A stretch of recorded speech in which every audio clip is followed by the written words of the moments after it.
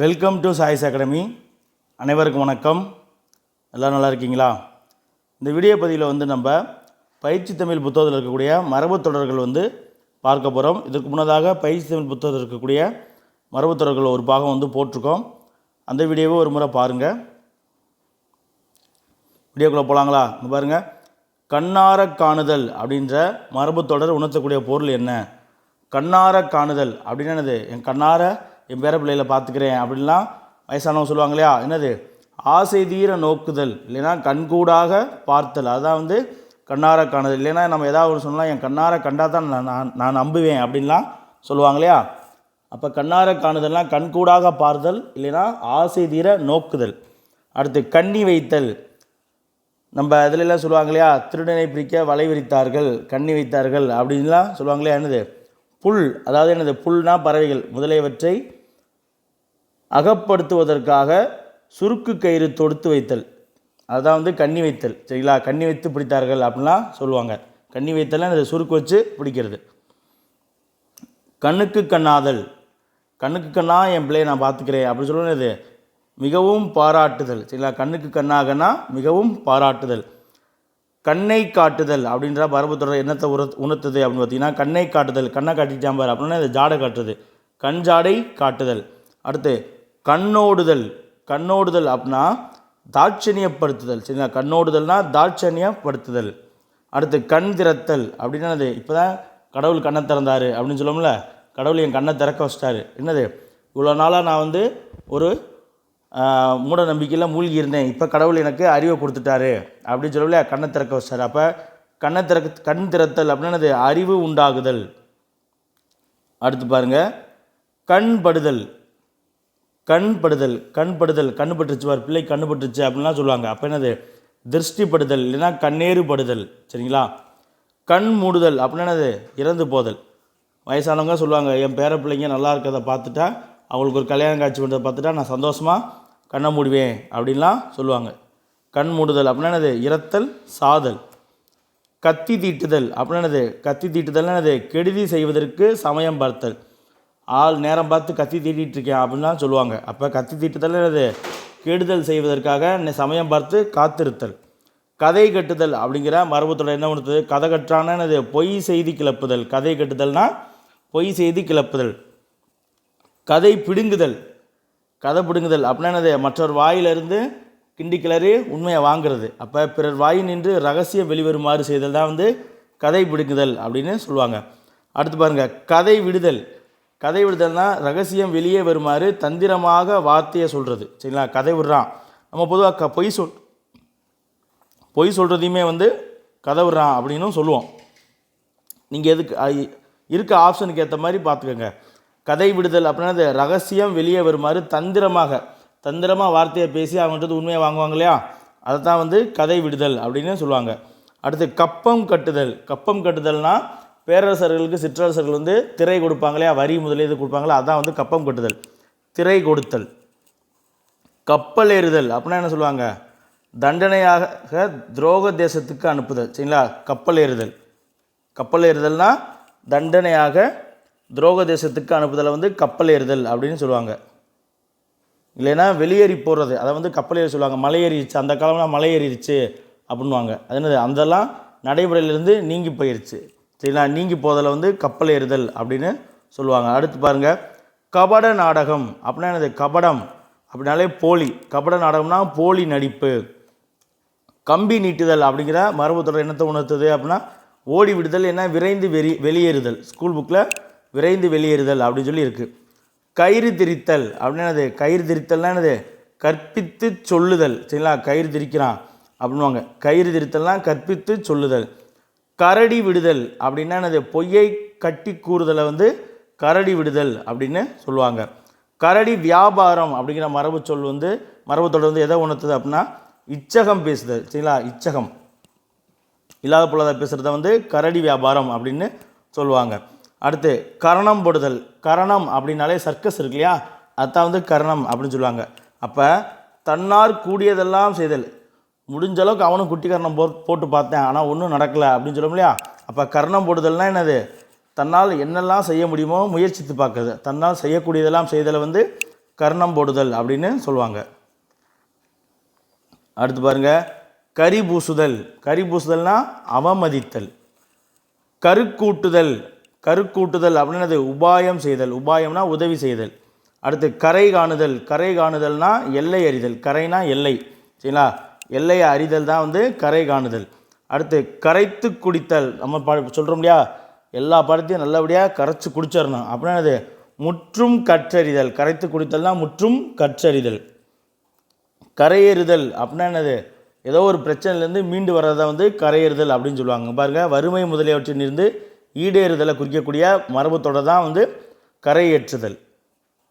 அதே போல் இங்கேயுமே அதான் கரை ஏறுதல், இது கரை ஏற்றுதல், சரிங்களா? கரை ஏறுதல் அப்படின்னா வாழ்க்கைப்படுதல். வாழ்க்கைப்படுதல் வறுமை முதலியவற்றினின்றும் ஈடேறுதல் வந்து கரை ஏறுதல் அப்படின்னும் சொல்லுவாங்க. அடுத்து கல்லில் நார் உரித்தல். கல்லில் போயிட்டு நார் உரிக்க முடியுமா? முடியாதுல்ல.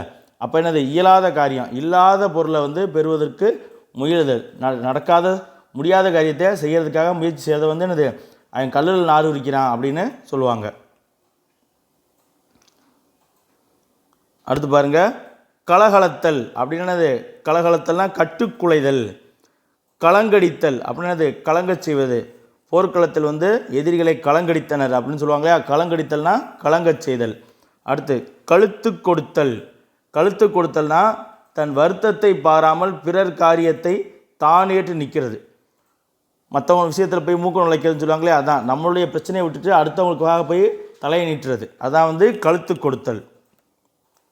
கள்ளம் பண்ணுதல் அப்படின்னா என்னது, வேலை செய்யாமல். கள்ளம்னா திருட்டு. அப்போ வேலை செய்யாமல் திருட்டுத்தனம் செய்வதை வந்து கள்ளம் பண்ணுதல் அப்படின்னு சொல்லுவாங்க.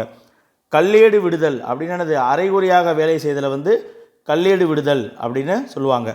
கண்ணமிடுதல் அப்படின்னா, கண்ணமிடுதல்னா திருடுறது, சரிங்களா? கண்ணக்கோள் அப்படின்னு சொல்லி ஒரு கோல் வச்சுருப்பாங்க இந்த திருடர்கள்லாம், அதான் வந்து கண்ணமிடுதல்னால் வந்து அங்கே போயிட்டு திருடுறதுக்கான வேலையை செய்வதான் கண்ணமிடுதல் அப்படின்வாங்க. பாருங்கள், கண்ணக்கோள் கொண்டு சுவர் அகழ்தல், அதாவது அந்த சுவரை வந்து ஓட்டை போட்டு உள்ளே போகிறதுக்காக அந்த கண்ணக்கோலை வச்சு தான் இடிப்பாங்க.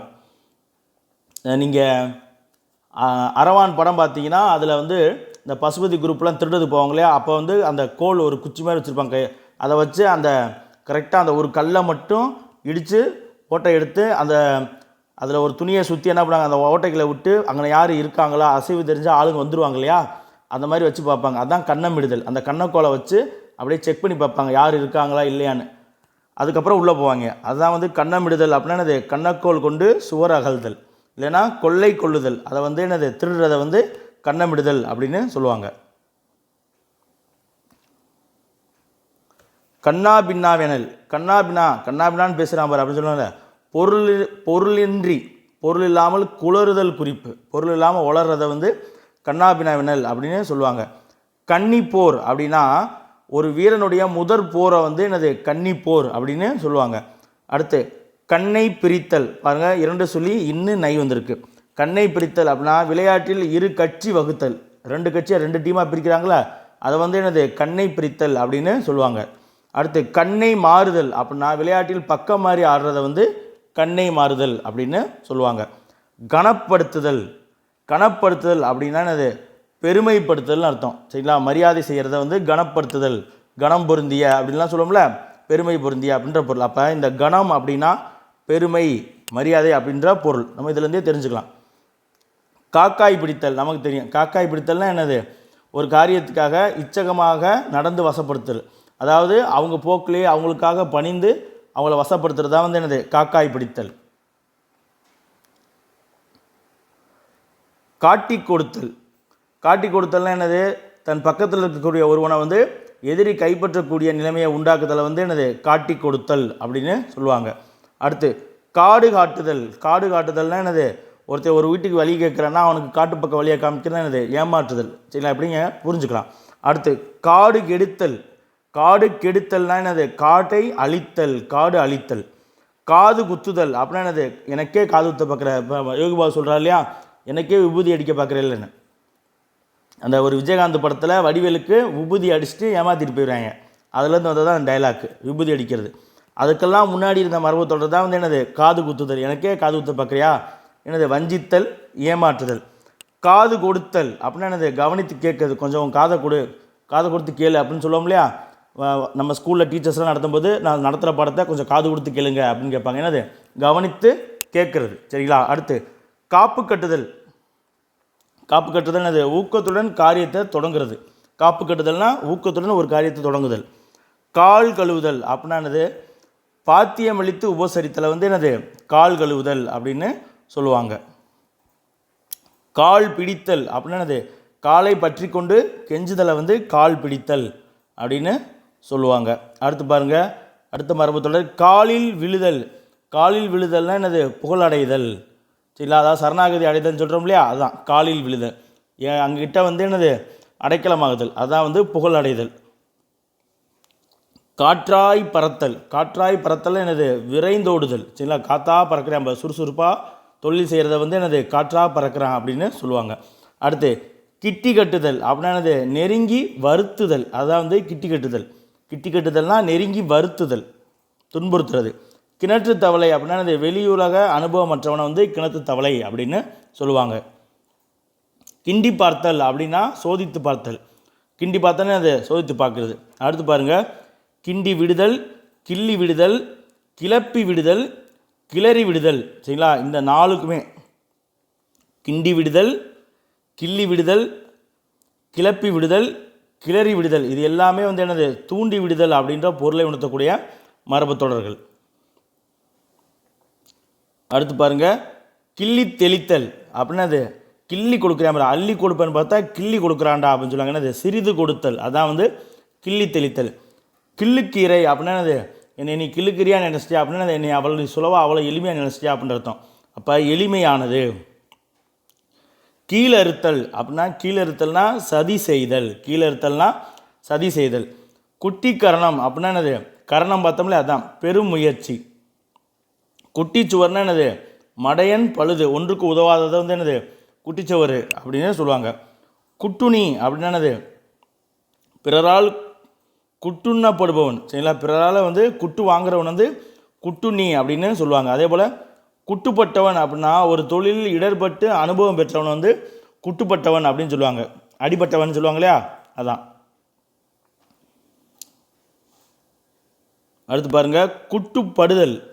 குட்டுப்படுதல்னால் என்னது அடிக்கடி இடறுதல். அடிக்கடி போயிட்டு குட்டு வாங்கிட்டே வர்றான்னு சொல்லுவாங்க. அடிக்கடி ஒரு விஷயம் வந்து நமக்கு தடுமாறிக்கிட்டே இருக்கிறத வந்து என்னது குட்டுப்படுதல் அப்படின்னு சொல்லுவாங்க. அடுத்து குடலை பிடுங்குதல் அப்படின்னா என்னது பசியால் வயிறு கிண்டப்படுதலை வந்து என்னது பசி வயிறு குடலை பிடுங்குப்பா அப்படின்லாம் சொல்லுவோம்ல, அதுதான் பசி அதிகமாக இருக்கிறத குடலை பிடுங்குதல் அப்படின்னு சொல்லுவாங்க.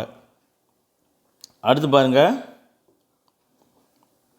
குடி கொடுத்தல், குடி கெடுத்தல், குடி சாய்தல், இது ரெண்டுமே என்னது குடியினுடைய அழிவை உணர்த்தக்கூடிய மரபு தொடர். அடுத்து குடி புகுதல், குடி போதல், குடி வருதல், இது ரெண்டுமே என்னது கிரகப்பிரவேசம் செய்தலை வந்து என்னது வீட்டுக்கு குடி போகிறோம்னு சொல்கிறோம் இல்லையா, அந்த பொருள்.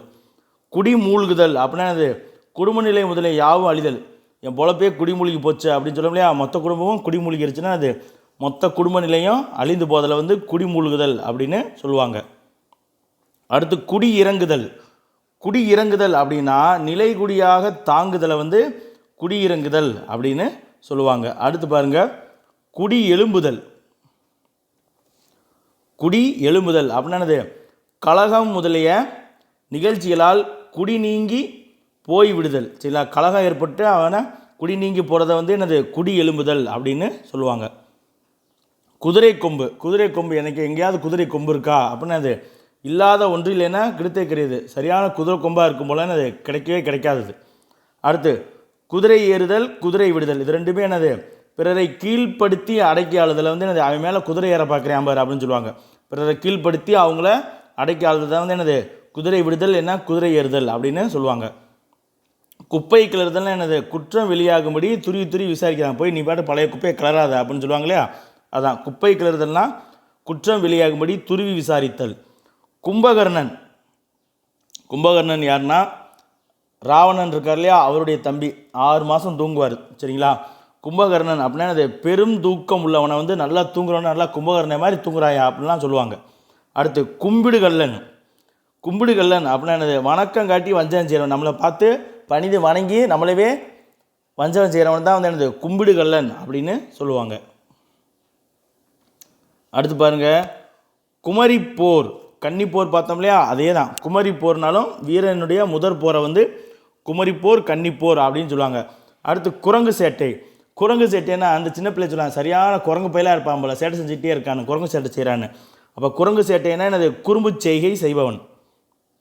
குரங்கு பிடி, குரங்கு பிடி உடும்பு பிடி அப்படிலாம் சொல்லுவோம், அது பிடிவாதம் விடாப்பிடி, சரிங்களா. அடுத்து குரங்கு புத்தி அப்படின்னா அது குரங்கு புத்தினா மதில் மேல் குரங்கு மதில் மேல் பூனை அப்படிலாம் சொல்லுவாங்க. அந்த இங்கிட்டும் போகாமல் தவிக்கிறது, என்னது நிலையற்ற புத்தி. குரங்கு புத்தினா நிலையற்ற புத்தி.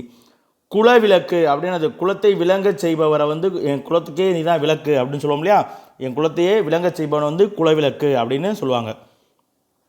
குழியில் விழுதல், போய் படுகுழியில் விழுந்துராதரா அப்படின்லாம் சொல்லுவாங்கள்ல, தீய வழியில் இறங்குதலை வந்து என்னது குழியில் விழுதல் அப்படின்னு சொல்லுவாங்க. அடுத்து குலையடித்தல்.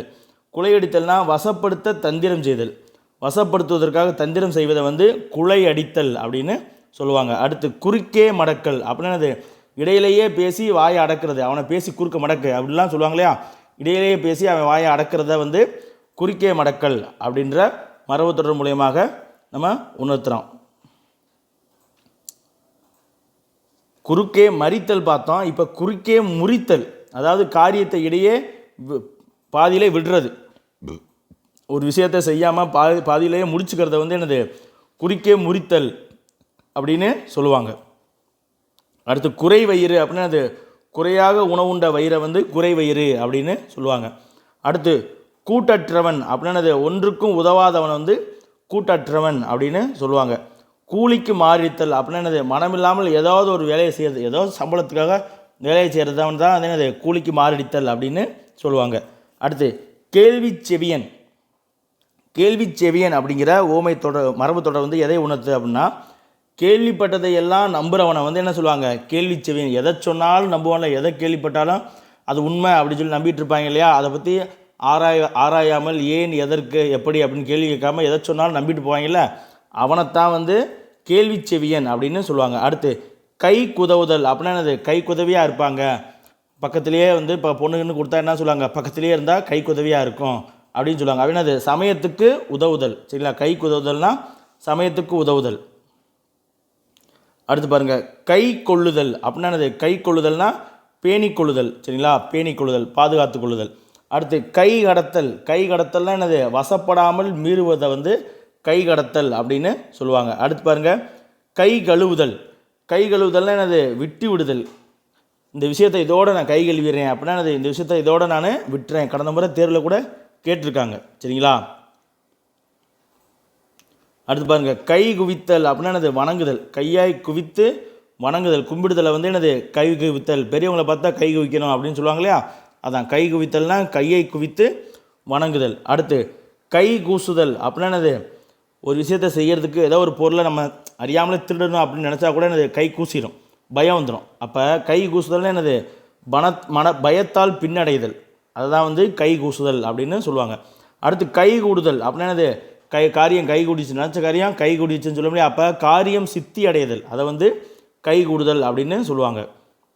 அடுத்து கை கொட்டுதல் அப்படின்னா ஊரே கை கொட்டி சிரிக்கும் அப்படின்னு சொல்லணும், அது கை தட்டுறது, கைகளை தட்டுதல். அடுத்து கை கொடுத்தல் அப்படின்னா அது கொஞ்சம் யாராவது கை கொடுத்தா உதவியாக இருக்கும் அப்படின்னு சொல்லணும்ல, கை கொடுத்தல்னா என்னது உதவி செய்தல்.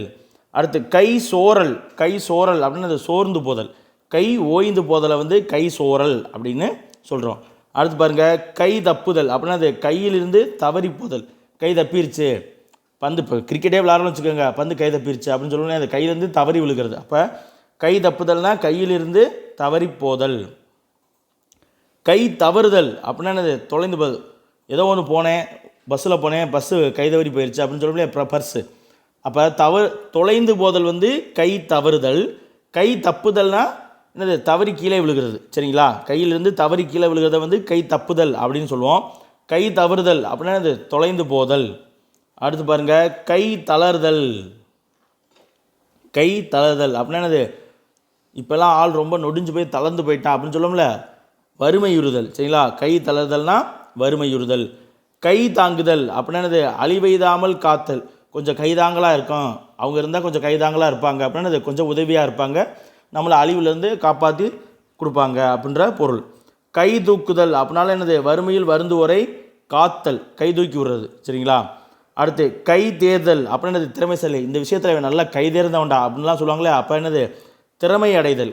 கை தேர்தல்னா திறமை அடைதல். கை நீட்டுதல் அப்படின்னா என்னது? அடிக்க கையோங்குதலை வந்து கை நீட்டுதல் அப்படின்னு சொல்லுவாங்க.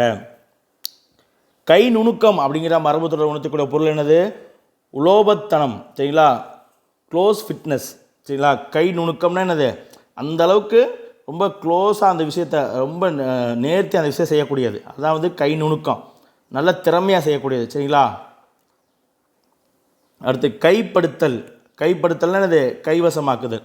கைப்பற்றுதல் அப்படின்னு சொல்லுவோம்ல, அதான். அதுங்க பாருங்க, கைப்பற்றுதல் அப்படின்னா கைப்பற்றுதல்னா அபகரித்தல். கைப்படுதல் அப்படின்னா என்னது? கைவசமாதல்.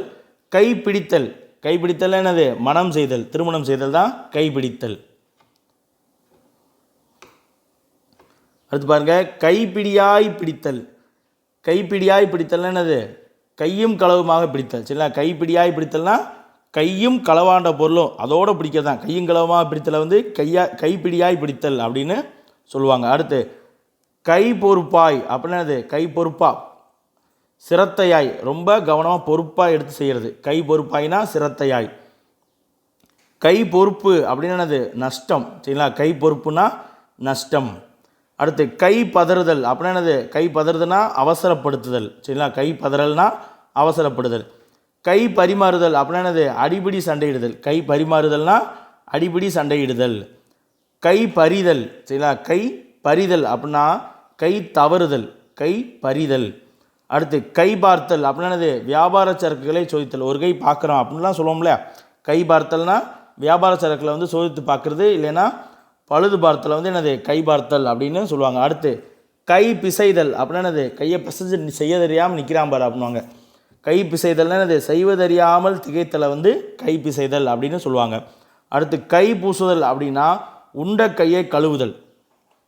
அதாவது இது வந்து இந்த நம்ம இடக்கல் அடக்கல்ல வரக்கூடியது. சரிங்களா? வாய் பூசி வந்தான் அப்படின்னு சொல்லுவாங்க. சரிங்களா? மலம் கழுவி வந்தான் அப்படிங்கிறதுக்கு பதிலாக வாய் பூசி வந்தான் அப்படின்னு சொல்லுவாங்க. அதே போல் பல் துளைக்கினான், அதுக்கும் பல் துளைக்கினானுக்கும் வாய் பூசி வந்தான் அவங்க மாற்றி சொல்லிட்டேன். பல் துளைக்கி வந்தான் அப்படிங்கிறதுக்கு பதிலாக என்ன சொல்லுவாங்க? வாய் பூசி வந்தான் அப்படின்னு சொல்லுவாங்க. கால் கழுவி வந்தான் அப்படிங்கிறதுக்கு பதிலாக மலம் கழுவி வந்தான் அப்படிங்கிறதுக்கு பதிலாக என்ன சொல்லுவாங்கன்னா கால் கழுவி வந்தான் அப்படின்னு சொல்லி பயன்படுத்துவாங்க. அதே போல் பல் துளைக்கி வந்தான் அப்படிங்கிறதுக்கு பதிலாக வாய் பூசி வந்தான் அப்படின்னு சொல்லுவாங்க. அப்போ பூசுதல் அப்படின்னா என்னது? கழுவுதல்னு அர்த்தம். கை பூசுதல்னா உண்டை சாப்பிட்ட கையை கழுவுறது. சரிங்களா? அடுத்து கை போடுதல் அப்படின்னா என்னது?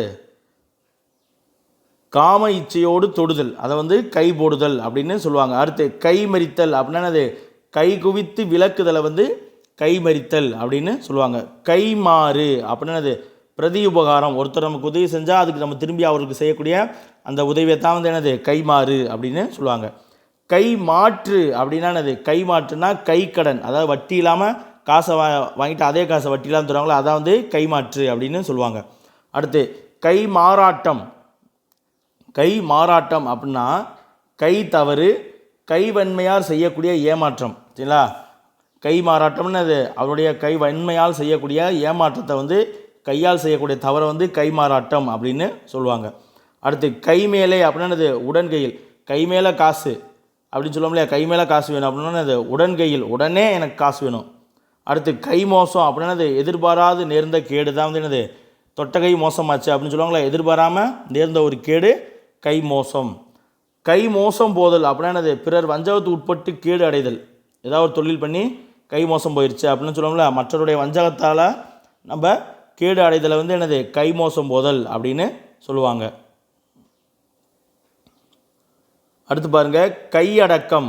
கையடக்கம்னா அது கைக்குள் அடங்கக்கூடிய ஒரு பொருள், அதை வந்து கையடக்கமாக இருக்குது அப்படின்னு சொல்லுவோம்ல. செல்ஃபோனில் என்னது? இன்றைக்கி கைக்கடக்கமாக இருக்கு இல்லையா? அப்போ கைக்குள் அடங்கக்கூடிய ஒரு பொருள் அப்படின்னா கையடக்கம் அப்படின்ற மரபுத்தொடர். கை அடைத்தல் அப்படின்ற மரபுத்தொடர் என்ன பொருளை குறிக்குது அப்படின்னு பார்த்தீங்கன்னா, கை அடைத்தல் அப்படின்னா பிறர் கையில் ஒப்புவித்தல். மற்றவர்கிட்ட போய்ட்டு ஒரு பொருளை ஒப்படைக்கிறோம் இல்லையா, அதை தான் வந்து என்னது? கை அடைத்தல் அப்படின்னு சொல்கிறாங்க. அதே போல் கை அமர்த்துதல் அப்படின்னா என்னது? கையார் சைகை செய்து சபையோர் முதலியவர்களை வந்து உட்கார செய்தலை வந்து என்னது? கையமர்த்தி உட்கார வை அப்படின்னு சொல்லுவாங்களே, அதான் கையமர்த்துதல். அடுத்து கையெயர்தல். கை அயர்தல்னால் நிலைமையை தாங்குதல், நிலைமை தாழ்தல். கை அயர்ந்து போதல், அயர்ந்து போதல்லாம் என்னது, தாழ்ந்து போதல். சரிங்களா? அப்போ கை அயர்தல் அப்படின்ற மரபு தொடருக்கான பொருள் நிலைமை தாழ்தல். கையளித்தல் அப்படின்னா என்னது, கையளிக்கிறேன் அப்படின்லாம் சொல்லுவாங்க. அப்படின்னா அது பாதுகாக்குமாறு ஒப்பு கொடுத்தல், அவங்கள்ட்ட ஒப்புவிக்கிறது, அடுத்தவங்கள்ட்ட கொடுத்து பாதுகாருங்க அப்படின்னு சொல்லிட்டு தான் கையளித்தல். கையாளுதல் அப்படின்னா என்னது, கையாளுதல்னால் ஒரு வேலையை வந்து திறமையாக கையாளணும் அப்படின்னு சொல்லுவாங்களே, வழக்கத்துக்கு கொண்டு வருதல், பழக்கத்துக்கு கொண்டு வருதல் தான் வந்து என்னது, கையாளுதல். அடுத்து கை இலகுதல். கை இலகுதல், இலகுதல் அப்படின்னாலே என்னது, லூஸ் ஆகுறது. சரிங்களா? கை இலகுதல்னா தாராளமாதல். கை இலகுதல்னா தாராளமாதல். அடுத்து பாருங்க, கை இறுக்கம். கை இறுக்கமாக இருக்கான் அப்படின்னா என்னது, சிக்கனம், உலோபம். சரிங்களா? சிக்கனமாக இருக்கிறது. கையெடுத்தல் அப்படின்னா என்னது, கையெடுத்து கும்பிடுறதல். சொல்லுவோம் இல்லையா, கையெடுத்தல்னா கும்பிடுதல். கையேந்துதல் அப்படின்னா என்னது, யாசித்தல், இரத்தல். சரிங்களா? கையேந்துதல். கையேற்றல். கையேற்றல் அப்படின்னா ஒரு காரியத்தை ஏற்றுக்கொண்டு நடத்துறது வந்து என்னது, கையேற்றல், கையேற்று நடத்துதல் அப்படின்னு சொல்லுவாங்க. அடுத்து கையை கடித்தல். கையை கடித்தல்னு அது ரொம்ப கையை கடிக்குதுன்னா ஒரு செலவு அதிகமாகுது. சரிங்களா? எதிர்பார்த்ததுக்கு மேலாக செலவாகுது. இப்போ நான் வீடு கட்டினேன், ரொம்ப கையை கடிச்சிச்சு அப்படின்லாம் சொல்லுவாங்களே, என்னது, அதிகமான நஷ்டமடைதல் வந்து என்னது, கையை கடித்தல் அப்படின்னு சொல்லுவாங்க. அடுத்து கை வற்றுதல். கை வற்றுதல் அப்படின்னா கையிற் பொருளறுதல். சரிங்களா? கையிற் பொருளறுதல் தான் வந்து கை வற்றுதல் அப்படின்னு சொல்லுவாங்க. அடுத்து கை விடுதல் அப்படின்னா விட்டொழித்தல். இந்த விஷயத்தை இதோட நான் கை விட்டுறேன் அப்படின்னு சொல்லுவாங்களே, விட்டொழிதல். அடுத்து பாருங்கள், கை விரித்தல். கை விரித்தல்னால் என்னது, நம்மளால் முடியாதுப்பான்னு சொல்லி சொல்கிறது, என்னால் முடியல அப்படின்னு சொல்லி கையை விரிச்சிட்டான் அப்படின்வாங்களே, அதான் கை விரித்தல்னால் தன்னால் இயலாமையை குறித்து காட்டுதல். அடுத்து கொஞ்சு குதிரை. கொஞ்சு குதிரைன்னா என்னது, மென்மையுடைய குதிரையை தான் வந்து கொஞ்சு குதிரை அப்படின்னு சொல்லுவாங்க. அடுத்து பாருங்க, கொஞ்சு நடை அப்படின்னா என்னது, மெதுவான நடை. அடுத்து கொடுக்கறுத்தல். கொடுக்கறுத்தல்னால் குறும்புத்தனத்தை அடக்குதல். சரிங்களா? உன் கொடுக்க பிடுங்கிறேன் அப்படின்லாம் சொல்லுவாங்களா, சின்ன பையனை கொடுக்க பிடுங்கணும் அப்படின்லாம் சொல்லுவாங்க. அப்போ கொடுக்கறுத்தல்னால் என்னது, குறும்புத்தனத்தை அடக்குதல். அடுத்து கொடுக்கு கட்டல். கொடுக்கு கட்டல் அப்படின்னா என்னது, ஊக்கமாயிருத்தல். கொடுக்கு கட்டல்னா ஊக்கமாயிருத்தல்.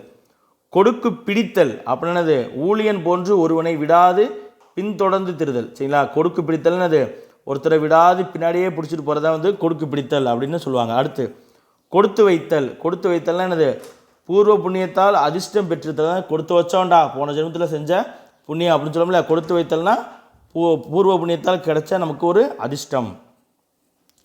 கொல்லிச்சொருகுதல். கொல்லிச்சொருகுதல் அப்படின்னா என்னது, கொல்லிக்கட்டை, நெருப்பு கட்டை இருக்கு இல்லையா, அதை வந்து கொல்லிக்கட்டைன்னு சொல்லுவாங்களே. அப்போ கொல்லி சொருகுதல்னா கேடு செய்தல். அடுத்து பாருங்க, கொள்ளையடித்தல். கொள்ளையடித்தல்னா சூறையாடுதல். அடுத்த மரபு தொடர் பாருங்க, கொழுவி விடுதல். கொழுவி விடுதல் அப்படிங்கிற மரபு தொடர் உணர்த்தக்கூடிய பொருள் வந்து என்னது, சண்டை மூட்டி விடுதலை வந்து கொழுவி விடுதல் அப்படின்ற மரபு தொடரால் குறிக்கிறாங்க. அடுத்து என்னது, கோட்டை கட்டுதல். கோட்டை கட்டுதல்னு வச்சுக்க, மனசுக்குள்ளேயே கோட்டை கட்டுறான்னு சொல்லலாம் இல்லையா, என்னது, மனோராஜ்யம் செய்தல். அடுத்து கோடாரி காம்பு.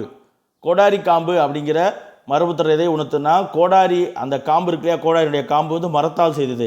அந்த மரத்தால் செய்த கோடாரியினுடைய காம்பு, அந்த கோடாரி அதனுடைய இனமான மரத்தை வெட்டுவதற்கே பயன்படுது. அப்போ தன் குலத்தை அழிப்பவன், தன் இனத்திற்கே துரோகம் செய்பவனை வந்து கோடாரி காம்பு அப்படின்னு சொல்லுவாங்க. அடுத்து கோடையடிக்காரன். கோடையடிக்காரன்னா ஒருவர் இடத்தில் நின்று பிடுங்கி இன்னொருவருக்கு ஏராளமாக கொடுப்பவனை வந்து கோடையடிக்காரன் அப்படின்னு சொல்லுவாங்க.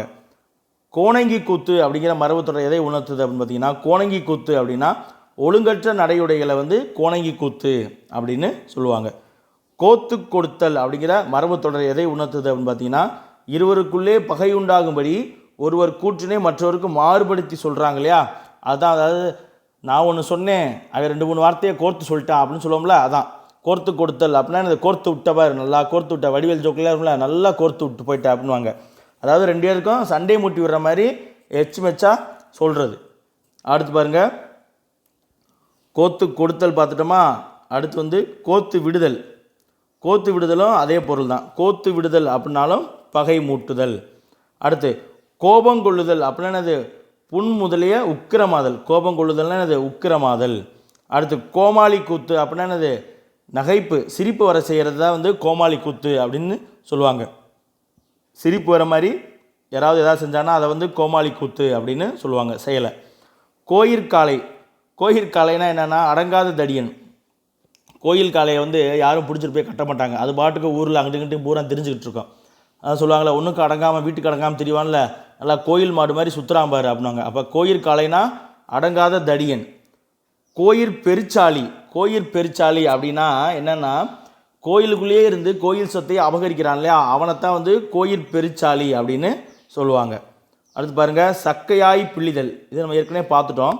சக்கையாய் பிழிதல் அப்படின்னா என்னது, கடுமையாக வேலையை வாங்குதல் வந்து என்னது, சக்கையாய் பிழிதல். அடுத்து சக்கை வாங்குதல். சக்கை வாங்குதல்னால் என்னது, மிக கடிந்து பேசல், ரொம்ப கோபமாக பேசுறதை வந்து சக்கை வாங்குதல் அப்படிங்கிற மரபு தொடர் மூலியமாக குறிப்பிட்றாங்க. அடுத்து சட்டி சுரண்டுதல். அவன் சோத்துக்கே சட்டி சுரண்டிகிட்டு இருக்கான் அப்படின்னா என்னது, இழிவான தொழில் செய்தலை வந்து சட்டி சுரண்டுதல் அப்படிங்கிற மரபு தொடர் மூலியமாக குறிப்பிட்றாங்க. அடுத்து சட்டி எடுத்தல். சட்டி எடுத்தல்னால் பிச்சை எடுக்கிறது சரிங்களா. இரத்தல் சட்டி, அந்த ஓடு பாத்திரத்தை எடுத்தானே இது பண்ணுறாங்க, அதான் சட்டி எடுத்தல் சரிங்களா. இரத்தல். சட்டை பண்ணுதல் அப்படின்னா என்னது, லட்சியம் செய்தல். சட்டை பண்ணாமல் தெரிகிறான் அப்படின்னா அலட்சியம் செய்கிறது. சட்டை பண்ணுதல்னால் லட்சியம் செய்தல்னா என்னது, அவங்கள வந்து ஏற்று இது பண்ணுறது, அவங்கள வந்து கொஞ்சம் மதிக்கிறது அப்படின்ற பொருள் லட்சியம் செய்தல். சட்டை பண்ணாமல் இருக்கிறதுனா அலட்சியம் செய்தல் சரிங்களா. அடுத்து சண்டை பிரசண்டம். சண்டை பிரசண்டம்னா ஆர்ப்பாட்டம் சரிங்களா. ஆர்ப்பாட்டம் செய்தலை வந்து சண்டை பிரசண்டம் அப்படின்ற மரபு தொடரால் குறிக்கிறாங்க. அடுத்து சந்தி கிழித்தல். சண்டையில் சொல்லுவாங்க இல்லையா, பாரு உனைய சந்தி கிழிக்கிறேன் அப்படின்னு சொல்லுவாங்க இல்லையா. ஒருவன் குற்றம் குறைகளை வெளிப்படுத்தி நிந்தனை கிடமாக்குதல். நிந்தனை செய்தல்னா என்னது, அவனை தூற்றுதல் அப்படின்ற பொருள். நிந்தனை அப்படின்னா தூற்றுதல். அப்போ சந்தி கிழித்தல்னா என்னது, ஒருவனுடைய நிறை குறைகளை சொல்லி அவனை அசிங்கப்படுத்துறது. அடுத்து பாருங்கள், சந்தியில் நிற்றல்.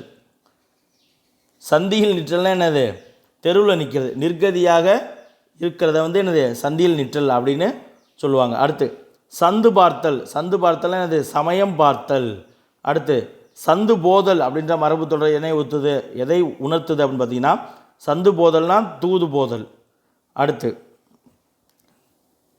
சரக்கவிழ்த்தல். சரக்கவிழ்த்தல்னா என்னது, பொய்யான விஷயங்களை கூறுதல். சரக்கு அவுத்து விட்றான் அப்படின்னு சொல்லுவாங்களே, பொய்யான விஷயங்களை கூறுதல். அடுத்து சரடு விடுதல்.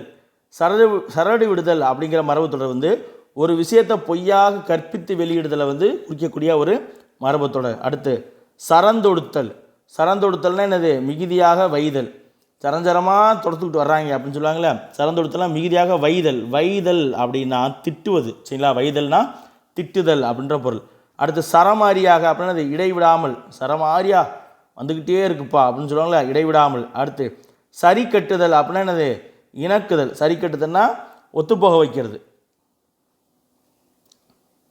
இப்போதைக்கு இதை கொடுத்து சரி கட்டு அப்படின்னு சொல்லுவாங்க இல்லையா, அதான்.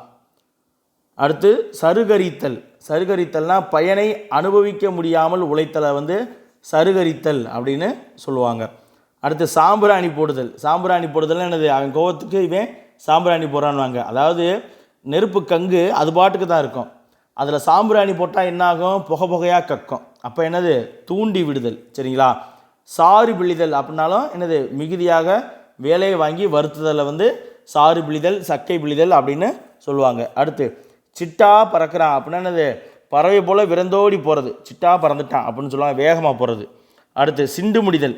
சிண்டுன்னா அந்த தலை ஜடை பிடுவாங்களே, அதான் சிண்டு சொல்லுவாங்க. சிண்டு முடிஞ்சு விடுறதுனா சண்டை முட்டி விடுறது. ரெண்டு பேர்த்துக்கும் ஜடையை பிடிச்சி கட்டிட்டோன்னா ஒருத்தர் இழுத்துக்கிட்டு சண்டை போட்டுருப்பாங்களா, அதான் சிண்டு முடிதல்னா சண்டை மூட்டுதல்.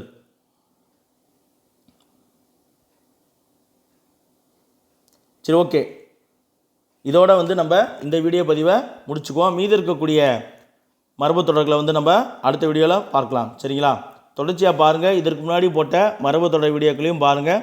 எந்தெந்த மரபு தொடர்கள்லாம் உங்களுக்கு புதுசாக இருக்கோ அதையெல்லாம் கொஞ்சம் நல்லா அண்டர்ஸ்டாண்ட் பண்ணிக்கோங்க. அதுதான் வந்து உங்களுக்கு எக்ஸாம் டைமில் இவ்வளோ இது இருக்குது சார், இவ்வளோ மரபு தொடர் கொடுக்குறீங்க, இதெல்லாம் நாங்கள் எப்படி ஞாபகம் வச்சுக்கிறது அப்படின்னு கேட்டிங்கன்னா, தொடர்ச்சியாக நீங்கள் ரிவிஷன் பண்ணி தொடர்ச்சியாக ப்ராக்டிஸ் பண்ணிங்கன்னா கண்டிப்பாக உங்களுக்கு தேவைப்படக்கூடிய நேரத்தில் உங்களுடைய மூளை வந்து கண்டிப்பாக அதை உங்களுக்கு ஞாபகப்படுத்தும் சரிங்களா. நீங்கள் செய்ய வேண்டியது இதை ஒரு முறைக்கு இருமுறை தெளிவாக பார்த்து எந்தெந்த மரபு தொடருக்கு என்னென்ன பொருள் அப்படிங்கிறத புரிஞ்சுக்கிறது மட்டும்தான் சரிங்களா. மீண்டும் ஒரு அடுத்த வீடியோவில் சந்திப்போம். நன்றி.